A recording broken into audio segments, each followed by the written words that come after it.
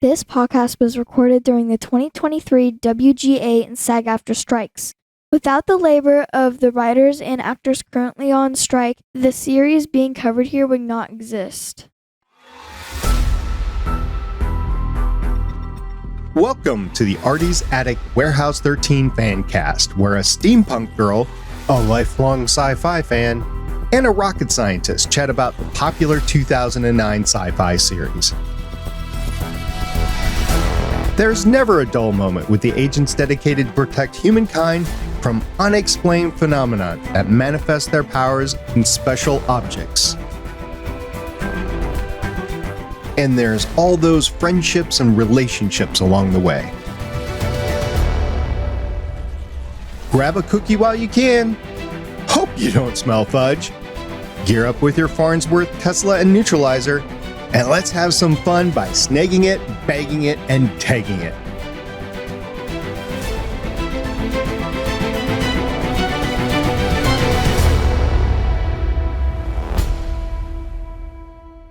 Welcome back to Artie's Attic, a Warehouse 13 Fancast.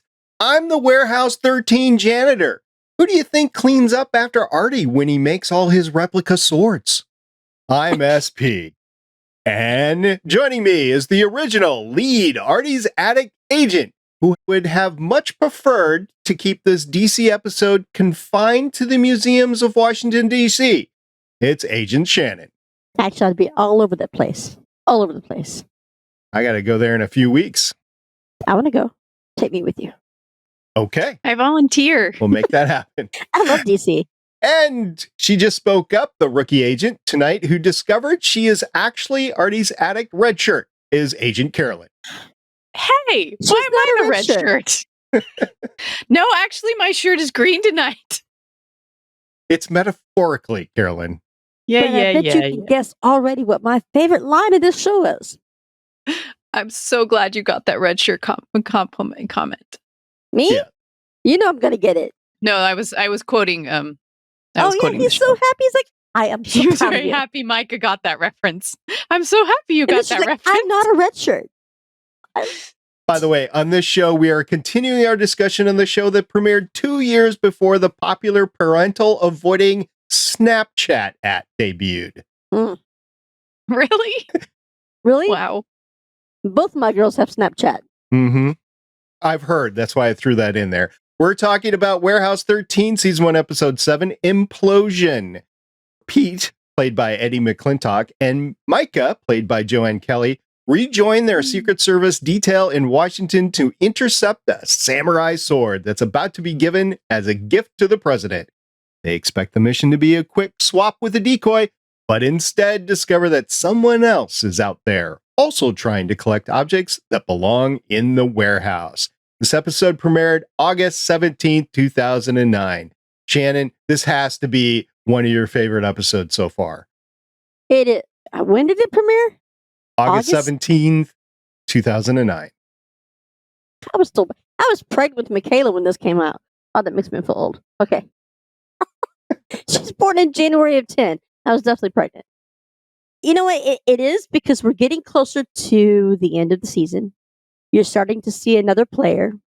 Yes, the nemesis. I know. Now you have more of a backstory behind Artie. I think each one of them get better as they go, but you've always heard me say that. So I like definitely the red shirt comment because, it's Star Trek and who wouldn't? I did think of you when I heard that. I know, right? You're like, hey.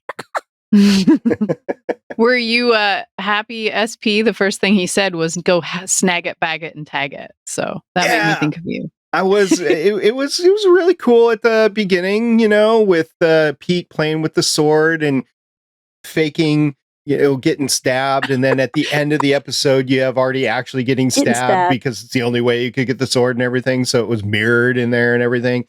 I like this episode. It was a really cool episode. I'm going to spoil it because I usually do this at the end.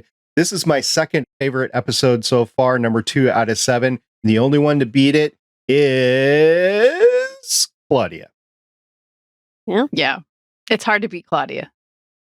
That's true. I mean, Claudia, and you can see him. Well, she never showed up, right? Because he called her on the phone, I need you, but she never came. No, she was out. Yeah. that episode. She was out. not in this episode. Lena took the phone call. Mm-hmm. I like, again, that you can tell that Mike is actually starting to get kind of ticked off at him for being so secretive. Mm-hmm. As anybody would. I mean, you're putting your life on the line. You should at least tell me what I'm out here doing, right? But he, like Lena said, he's been so long with only relying on him and Mrs. Frederick and trying not to get so close because they always end up. There's a quote, and I can't remember the way it goes. It's either crazy or dead. But there's a third thing, but they say it later on in the season. But she's getting ticked off because he's sending them out with no information because he's not trusting them to do the job. Like when he mumbles to himself and you could tell that the wheels are turning, but they want to be involved in it, but he just like leaves. I totally get that would be, I would just have to like smack crap out of him. But it would be. I would, right? And I would hold him still, like, tell me what's going on. Very infuriating, that's for sure. Like, come on, dude. Why don't you finish a sentence and let us know what your full train is before you go off without the train, and then you just expect us to find the train and pick up where you left off. And speaking of smacking, I love the part in this where the agents are taking them back to the warehouse, to the airport, and she's like, "Give me the gun, shoot him!" Like, pee. He's like, "No, I'm not doing that. No, I'm not." He's like, "She's like, give me the gun, give it. I'll do it. I'll do it, you sissy. I'll do it."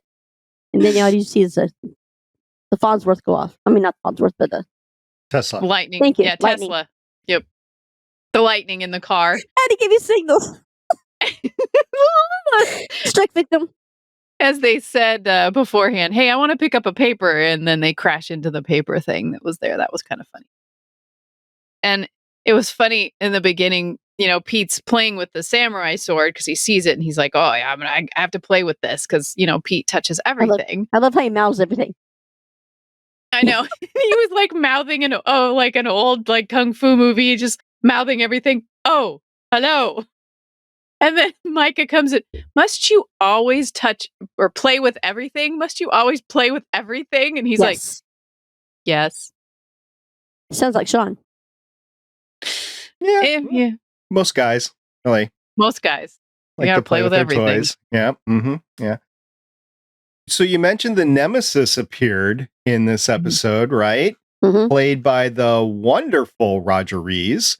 And he has been in a lot of stuff. So in my lifetime, he is beloved for his appearances on Cheers, 17 episodes of Cheers, 5 episodes of West Wing.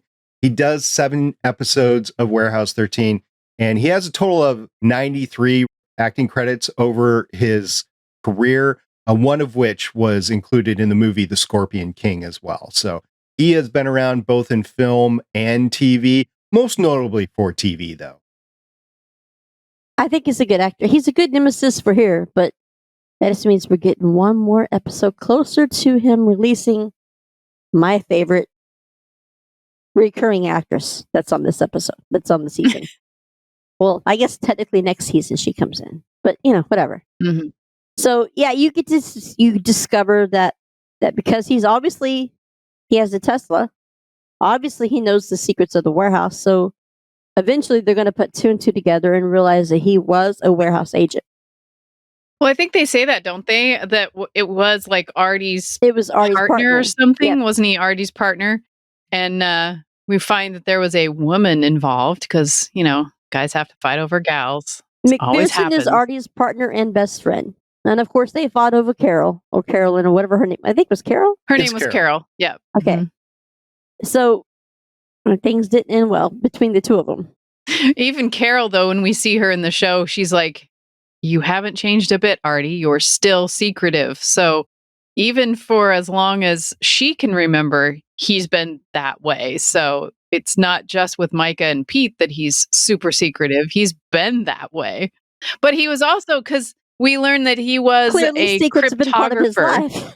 Yeah, he was a cryptographer and a decoder for a long time.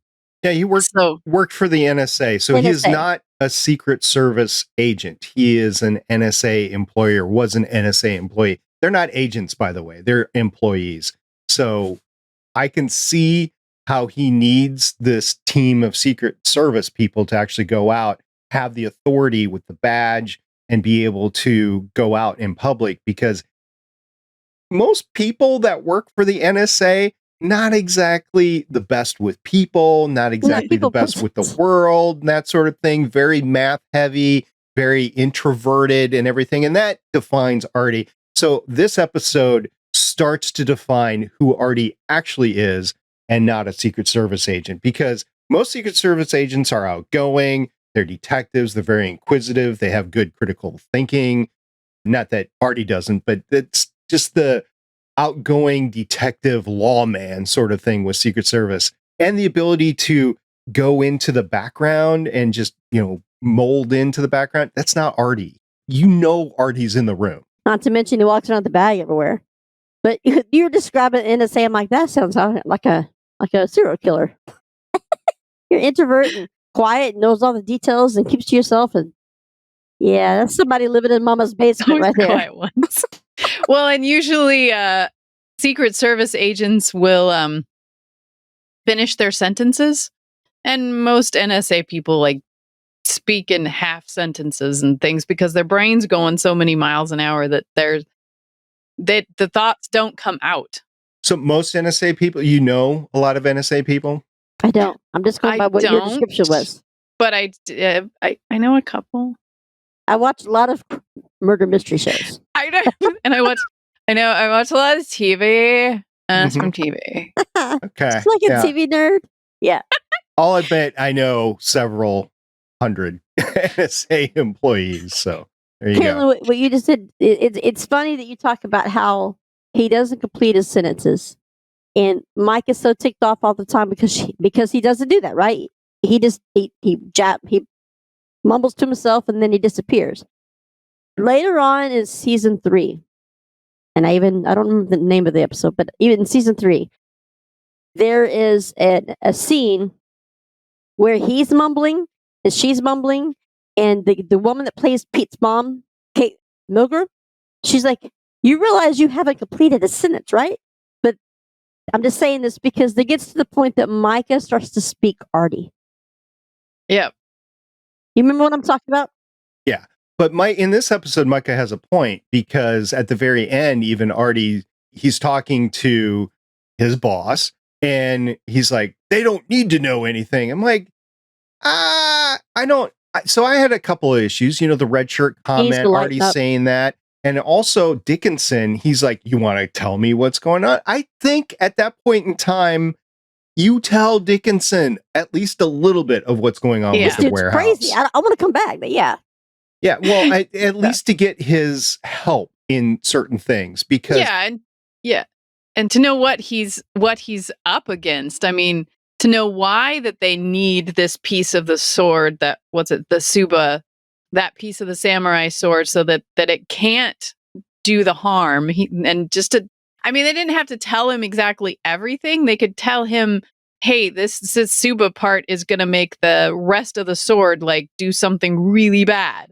So if you let us have it, we're going to keep you safe because it's really bad. I mean, they didn't even know what the sword... No, they did know what the sword... Did they know what the sword did by that time? I don't know if they did. I don't remember if Artie had... Yes, Artie had showed him. They knew. But to be fair, on their side, Dickinson has proved that he can't keep this secret, and he goes and he tries to snoop. So if they were to tell him the things that they were not supposed to tell him from the warehouse, he's already proven that he will take that and try to use it to his advantage to try to find him.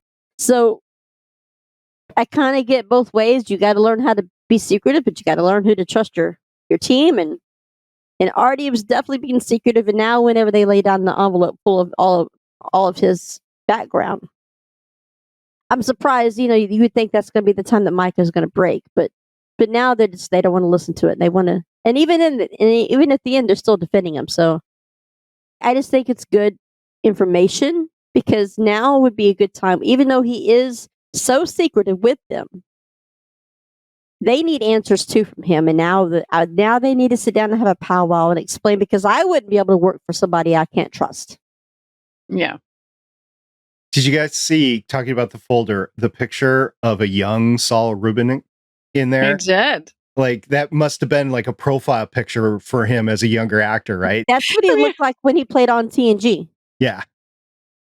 So he was using his portfolio, and you Headshot, see yeah. that from time to time, that, you know, the headshots that are used or actual pictures of actors growing up or whatever. Now with CGI, it's a little less real life and you can add certain things in there, but this was real. This was a young Saul who plays Artie, and I did enjoy seeing that. I do have a question about that. So Mrs. Frederick fixed everything, right? She made it all disappear. Since this is a Secret Service sort of thing, they do have access to the president. Why didn't they just get the president to pardon him? Because the president changes. And even he's not allowed in on the secret. Yeah, but Mrs. Frederick can pull that string, I'm sure, and get him to pardon Artie. Think about this. Think about this. In order to have the president pardon you, you have to explain to the president what exactly you do. No, you trance him with an object and you say, sign this, and it's all over. There's sure to be an artifact for that. I mean, just find it in the warehouse. You'll be fine. True, they have them, but rightly so, you shouldn't let anybody with that much power know about it, because that's when things go south. Yeah, okay. But see, they could just have him, do it and then wipe his memory, because I'm sure there's an artifact I'm for sure. that. And then he wouldn't even know that he did it, but there'd be a piece of paper that says he did it. Right, you're not supposed to be. I get it, but think about that in terms of the last one we have and the one we have now. Would you want either one of those to know the secret of the warehouse? No. Well, one would forget. No. Sorry. Talking about forgetting, you guys like the ice flower? Oh, that was cool. That there's not very many of these. So do we call that an artifact, or because I was trying to keep track of all the artifacts we had in this one, because we had several. I don't remember. So we had the sword, the 14th century Chinese firework that memorizes the that viewer. One. I'm like, I don't remember a flower. Mesmerizes, not memorizes. It mesmerizes them. Mesmerizes, yeah. Like the snakes. Okay, sorry. Yeah. Yeah, and it makes them. It gave them about 10 minutes where they just wouldn't remember whatever was happening. Yeah, that was pretty cool. 10 minutes. It seems like they were there longer than that. Go light another one. Right.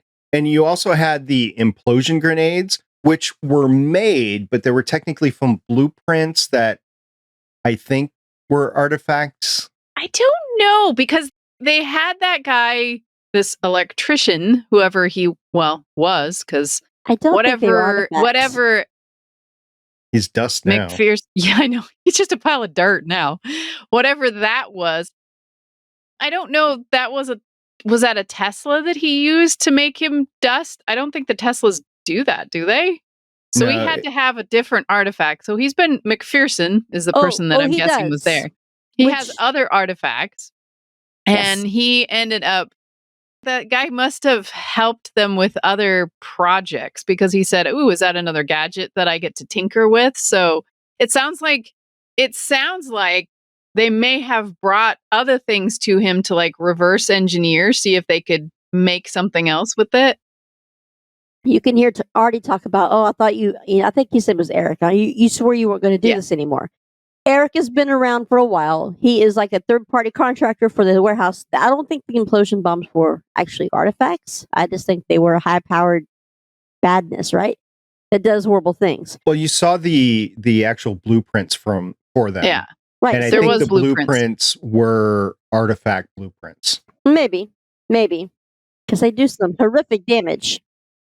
Or maybe they were something that, like, because they had to build the Tesla off of something. They had to build a Farnsworth off of something. So making the blueprints for those, maybe the implosion device was also part of those blueprints, along with like the Tesla and the Farnsworth and those sort of things that they use. And then they used them once and went, whoa, we should probably not use these. Okay, I got a question, because I've a short-term memory, right? I've watched this so many times. Have we watched the episode where they do the Farnsworth? We haven't, have we? No. This we've seen the third Tesla right now, and we've got 2 Farnsworths. That's it.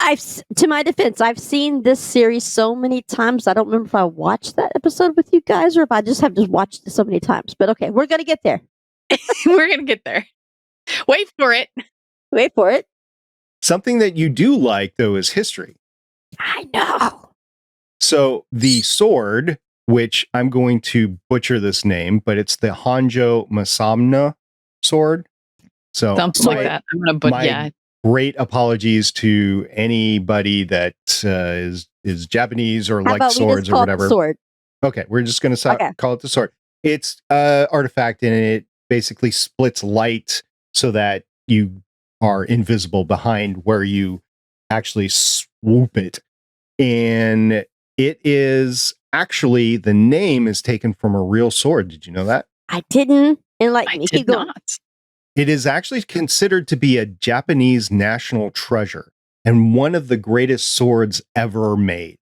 The real-life sword was crafted by Goro Nudo Musobni, who is generally recognized as Japan's greatest swordsmith.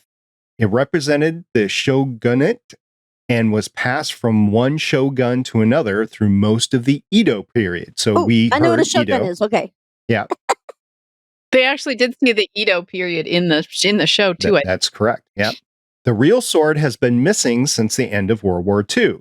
During the disarmament of Japan, the sword and 14 other swords were handed over to a local police station by their owner, a descendant of the clan of shoguns, and the swords were subsequently handed over to the U.S. Army, but were never seen again. Imagine that. Oh my God. Dang, another Army. Government that can't control those secrets. You know where it probably is?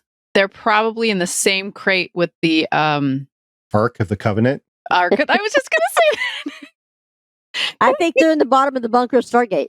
In that big bunker where all the things are. Yeah, maybe. But that's real. It's real. And the sword has not been seen since 1945. That's one of the things I actually love about it. It's what keeps me coming back, even though I've seen every one of them, right? They told me earlier, oh, you haven't even watched the episode. I'm like, but do I really need to watch the episode? No, I need to watch the first 5 minutes of the opening and understand, and then I got it. I don't need to. But I love the history about it, because even though the sword is they've got to take something and make it into an artifacty kind of object, but they're normally pulling things from actual history. Like, we haven't come across it yet, but you're going to have Edgar Allan Poe's pen. Obviously, it was real. I mean, I love how they do that, and that's what really has always kept me coming back to this series.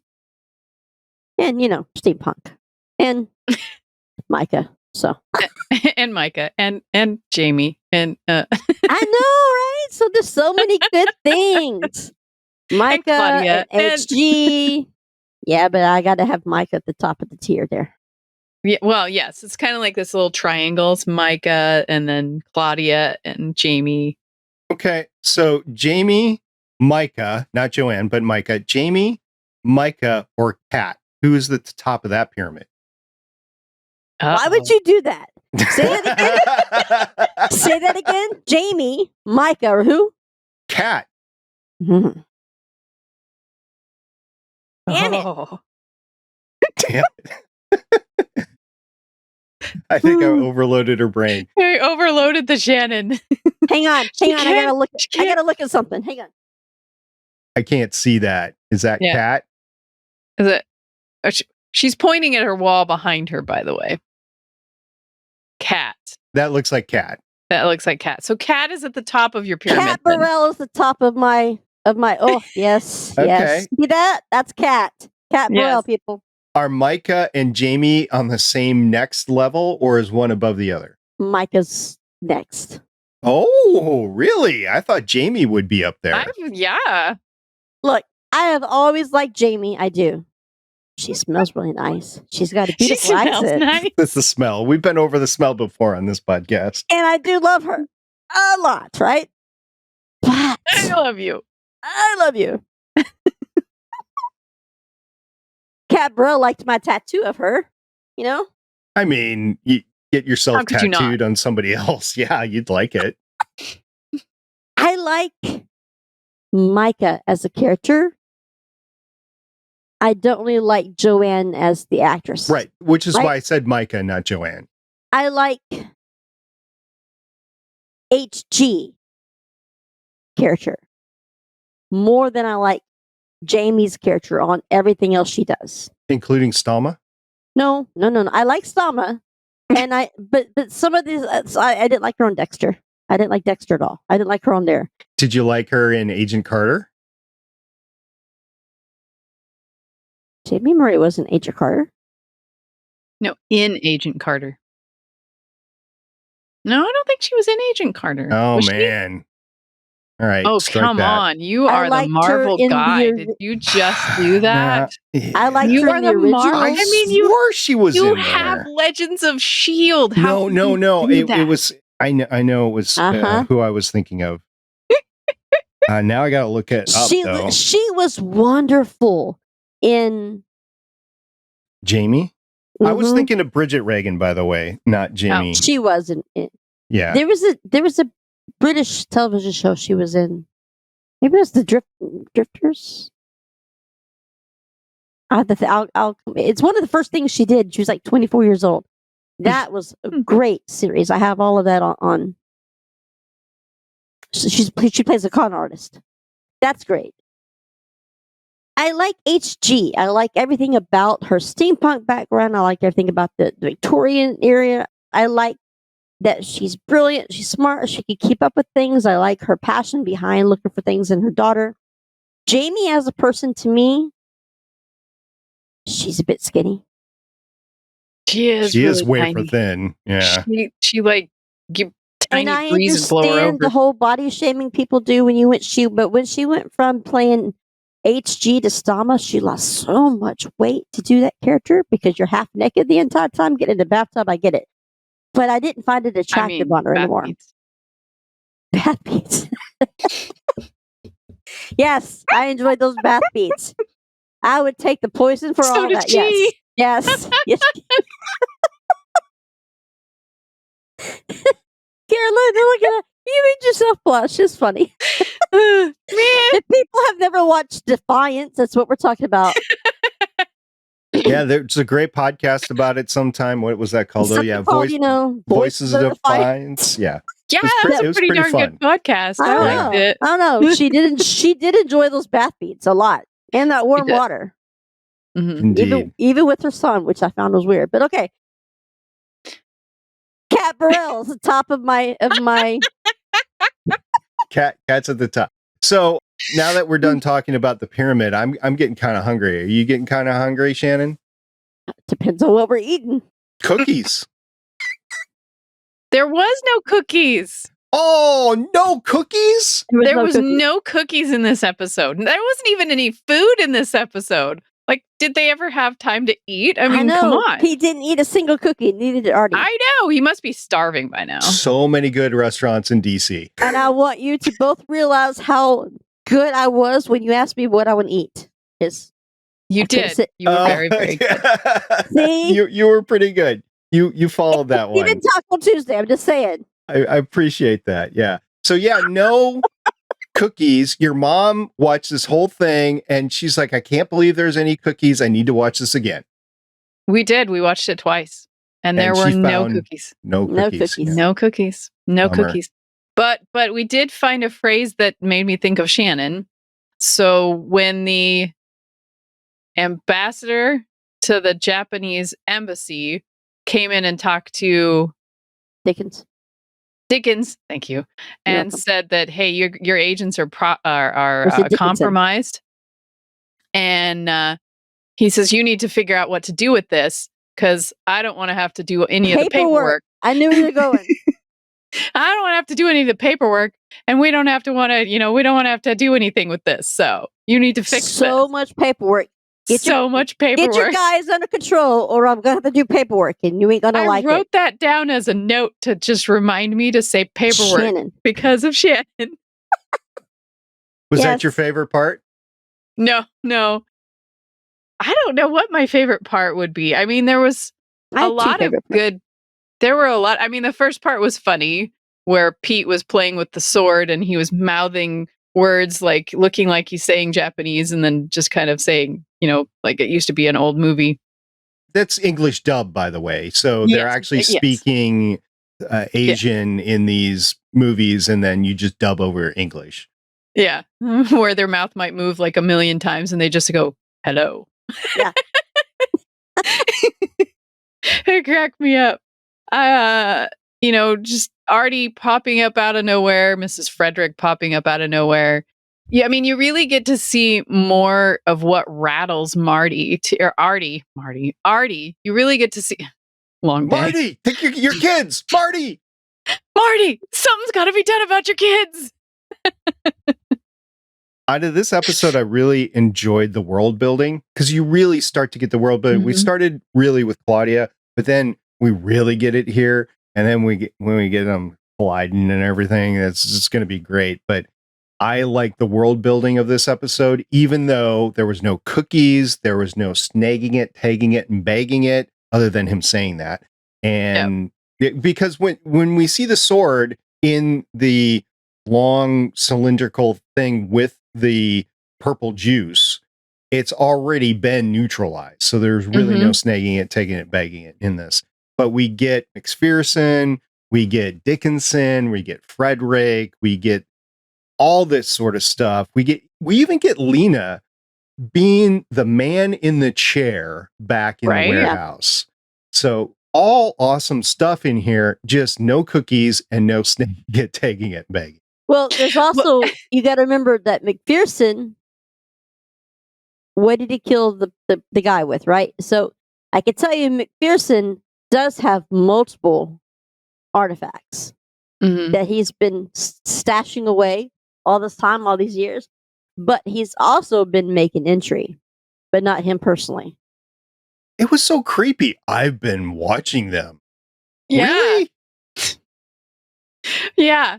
Well, and okay, so here's a question that I was thinking about when I was watching this. So Ogawa, the guy that's the Japanese ambassador.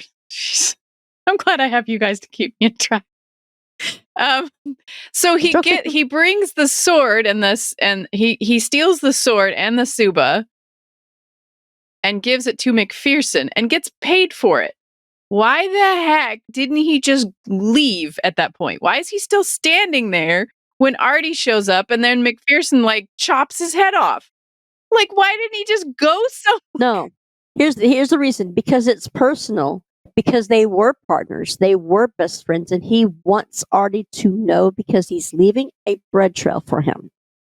No, why didn't Ogawa leave? Ogawa got paid. Oh, yeah, he's stupid. He got paid. All he had to do was turn around and get in the plane and get out of there. All he had to do was leave, and he could have left with his head attached.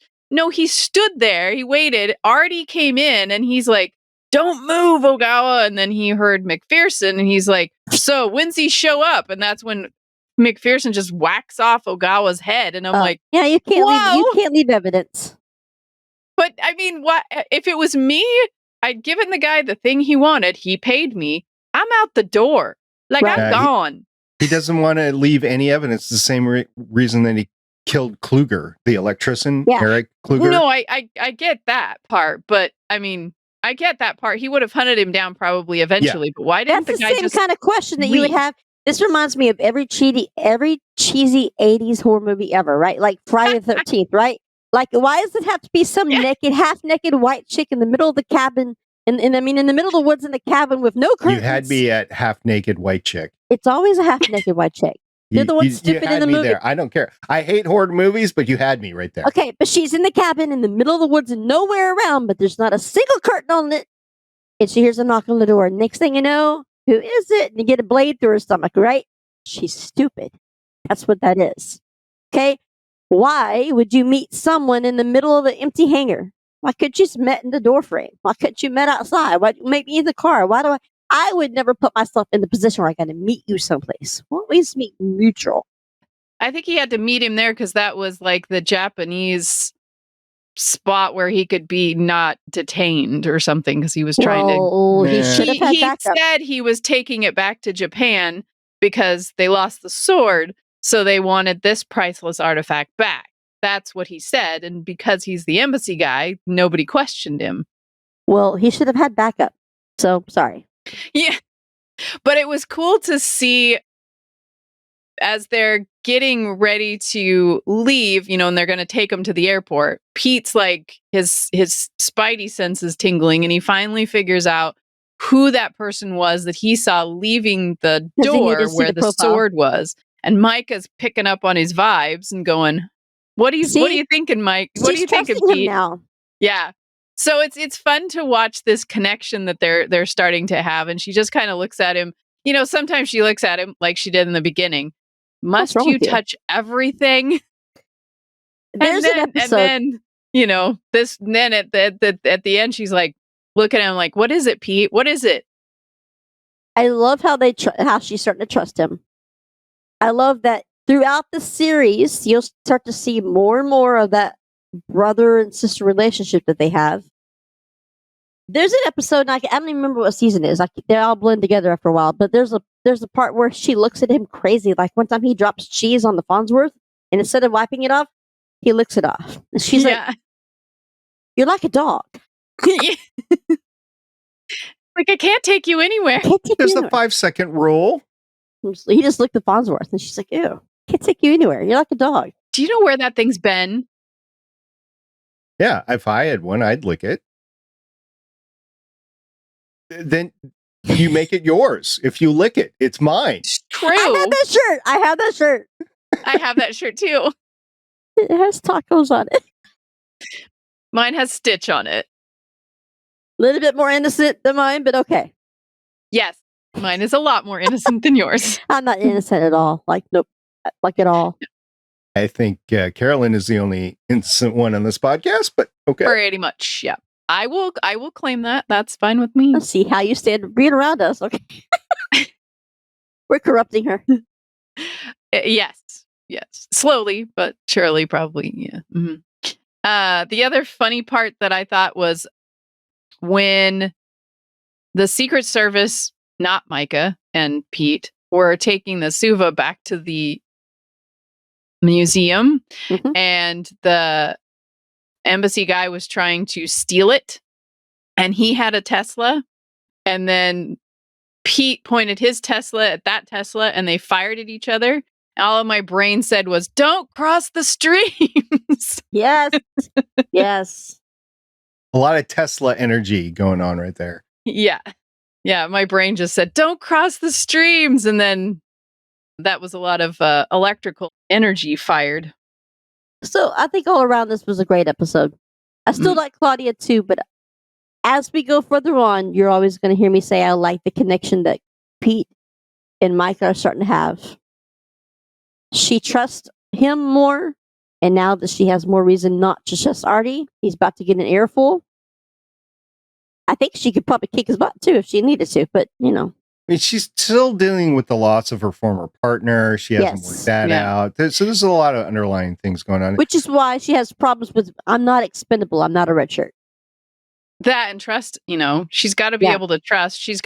She needs all the knowledge so that she can protect the people so she doesn't lose another partner. She needs that knowledge. She needs to know what's going on because she has to be able to protect the people that she cares about. And she's not getting that from Artie, and it's really making her.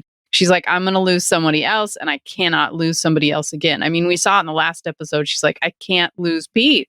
She can't lose somebody else again. So she really needs to know all of these things so that she has the whole picture and be able to protect everyone. That's really what she needs. So Shannon, a while back, you said you had 2 favorite moments from the episode. Oh yeah, well, I've already talked about it because the red shirt incident. That was I love that part. And I like the fact that Mike has always been so by the book. She's always been about the rules. She's always been a particular stick in the mud, right, for the rules. But yet now she's wanting to Tesla the agents that are driving her. I thought that was a great moment, right? And he's like, no, I'm not going to. Do you realize those are federally? No, I'm not doing it. And she's like, give it to me. Give me the gun. So I thought that was a breakthrough moment for her where she's willing to do things for the warehouse job. So I thought it was cool. My favorite moment, because I know you're just gonna ask me. My favorite moment of the episode was when Pete and Micah were competing to find the Tsuba, and then Pete gets this great idea to call back to the warehouse, and he gets a hold of Lena. So it's really between Pete and Micah, and he goes point Pete or point Latimer. Point Latimer. Yeah. One for Latimer. And Lena simultaneously comes through as, I could run this place when everybody else is gone. And, she's just rolling her eyes while, the phone's down and she's looking up the information and stuff. So you got two things there. You've got the Pete and Micah dynamic going on, and you've got Lena showing how cool she is. So that scene was my favorite scene of the whole. That was one of my other favorite scenes too, because I was like, 1 point Latimer.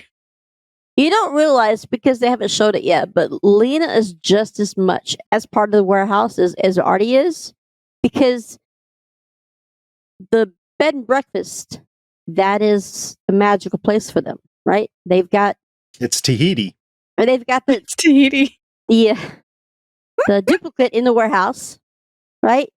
She runs everything on it, so she knows all the backstory. She's the one person other than Artie that Mrs. Frederick trusts explicitly. Did you guys see, as Micah was pissed off at the end in the warehouse as they were putting the sword up, did you see Micah walk by the rocking chair? Yes, that rocked. I did. What's that? But they didn't tell you which one it is, but what they're showing you is that it's the energy that they're giving off. It makes the artifacts. Yeah, active. No more purple showers. It's odd that it had a spotlight on it, right? Like you want to see the creepiness all the time. Yeah. Like Annabelle, like the doll Annabelle, maybe somewhere in there, right? By the way, the director for this episode was Vincent Misiano. This was his second and final episode of Warehouse 13. We talked about him before he directed the second episode's Renaissance, and this is the last. So we talked about him before, of his great career, including 11 episodes of Agents of S.H.I.E.L.D., which I covered over on Legends of S.H.I.E.L.D., but he has 45 directing credits, started in 1998, and this is his second and final episode of Warehouse 13. It was written by Bob Goodman, who has 21 writing credits since 1996. A lot of cartoon stuff, including The Real Adventures of Johnny Quest, Batman Beyond, some Superman stuff, some more Batman stuff. But here, and most recently, 22 episodes of Elementary. But here is his first out of 8 episodes of Warehouse 13, including all the way into season 5. So we're going to hear from Bob Goodman along the way. Good. I liked Elementary. That was a good show. It was a good show. I liked it too. That she kicked ass. So she did. Yeah. I really liked it. her. She's cute. So, qualities. Yeah. So I have a question to ask you, Shannon. The next episode is season 1, episode 8. Would you like to hear the IMDb or the Amazon Prime summary? I don't know the difference. Well, just choose. Amazon. Okay, Amazon. Pete, played by Eddie McClintock, and Micah, played by Joanne Kelly, are dispatched to Las Vegas to retrieve an artifact that seems to grant good fortune to a couple of gamblers. But their simple snag it, bag it, and tag it mission gets complicated when Micah accidentally gets trapped in Lewis Carroll's mirror, unleashing the malevolent entity that was trapped inside. That's season 1, episode 8, Duped. We're going to stop right there and pause. I love this episode. And you have your first, I think it's the first crossover from Eureka. There are so many gifts on my phone from this episode. From this episode. Not this episode. From the next episode. There's so many pictures and gifts that I have in background drops. You name it, I have it of this. All right, we'll be covering that next week. We did take a week off here as I had a vacation, but we will be back at it every week for a while. And Duped is our next one. If you have any feedback, please email us at warehouse13fancast@gmail.com. Once again, warehouse1313, warehouse13fancast @gmail.com, and it'll go directly into Shannon's email, and then she will send it to us just like we had an email. Yes, I was about to say we had an email for birthday. We did have an email. It was a birthday email. Where did I put that? Oh, here it is. Man, I gave you so much lead in and you couldn't find it in time. It was from Jeff. Thank you very much, Jeff. He says, ladies, I hope you have a great birthday this year, and congrats, Shannon, on making it through the year. I know, right? I had heard about it through Sean's on WA. Ladies, you didn't scare me away in your opinion of Doctor Who. Everyone's entitled to their opinion of sci-fi. That's what makes sci-fi so fun. While one person might love Star Wars, the other person enjoys Star Trek. They both might love a third. Keep up the great cast. Love always, Jeff. Thank you very much, Jeff. I did have a good birthday. I didn't do much, but it was a great birthday. So Shannon's is this Friday. Come Friday, I'll make it to my 47th. So, I mean... Dude, we're the same age. I know. And we had the same birthday month and... Birthday year? It's very sentimental to me this year. For obvious reasons, right? I came so close to not making it to my next. Mm-hmm. Twice. So... the fact that I'm still here, the fact that it's only been, 9 months? Almost 10 months? Since January 4th was the last time I had my brain surgery. So October 4th would be 10 months. So, I mean, it doesn't seem like that long ago, but yet, look, I have hair. That I actually, for the first time, I need a haircut because it's has to go down into my eyes. So, I am thankful, and I appreciate the birthday wishes because I'm here now. Yes. Hopefully Friday I can get enough of my gabapentin out of my system because I definitely want some Long Island iced teas. I have not been able to handle liquor very often without giving the headaches. Mm-hmm. Baby steps. I will tell you I had a funny moment. Well, we had a funny moment. It scared the crap out of me. I took a gummy one time, right? I've had them before, and I've had them where they make the headaches go away, kind of, right? They're okay, where I don't have to take my medicine so much. But I had a bad moment, and I felt like everything was happening all over again, except I didn't have pain. Like I felt like the movement in going. I've always told you I felt like the water go from one side to the other. I felt the movement, but I didn't feel pain, and I kept turning my head back and forth. I'm like, am I in pain or am I just a panic attack? And of course, it was 3 a.m, which is the time it happened. So I didn't wake Sean up, but I remember writing notes to myself, remind myself to tell him about this tomorrow. Tell him about this tomorrow. Well, notes are good. It's a crappy trip. I'm just saying. I'm like, I've never had a bad one, but if I was going to have a bad one, did it have to be that feeling? I mean, I felt like I was going to do that all over. I felt like the whole thing was going to happen all over again. And it's 3:00 in the morning, which is my witching hour of when it happened. And I thought I was going to have to wake him up and say, we got to go. But I was alert enough to like, okay, but I don't feel pain. I just feel movement and weird. So you feel sloshy. It was weird. So hopefully I can handle some Long Island iced teas come Friday. Because if I can, I plan on doing lots of them. Because again, I've made it to 47. So I wish you well with that. I am precluded from eating any gummies or edibles or using even CBD oil by my job. So I've never done it before, and I can't wait till I retire because I am going to do it when I retire or when the law changes. One of the two. Well, I could tell you. Well, they're about to change the law here in Texas. It's supposed to be. It's not state law. It's federal law federal. that I need changed. Yep. Yeah. I could tell you the type that I do is not big, but Sean did one from beef, and it's not the same. I heard about that. But anyway, so if you want to get a hold of us, that's our email, warehouse13fancast@gmail.com. And our website, which you can find all our episodes, are warehouse13fancast.com. And also, as long as X remains free, you can find Carolyn there. Is it I'm not paying for that. Oh, Elon's threatening to, in order to cut down on all the bots and all of the things, he's threatening to make X, the app formerly known as Twitter, a paid version of the app. Like, you're going to have to pay for it completely. And I'm like, I'm not paying for that. Yeah, I know, right? Is he wanting to kill the app? Because I'm not paying for that. So as long as it's free, you can find me on X, the app formerly known as Twitter, at Oceans363. I'm just Syfy girl.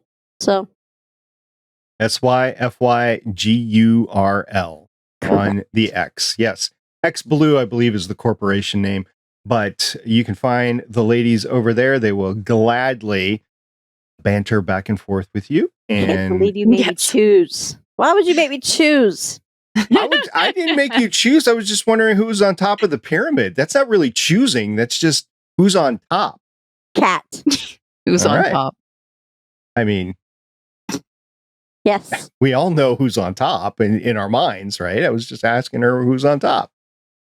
Look, you walked into this, I would gladly bottom, so I'm just saying. Okay. Next time we're going to see Duped. If you have any comments on that or this, please let us know. In the meantime, I think that's about it for this time. I'm the Janitor SP. This is Syfy Girl. And I'm Ocean363. See everybody next time. Catch you later. Bye. Bye. Bye.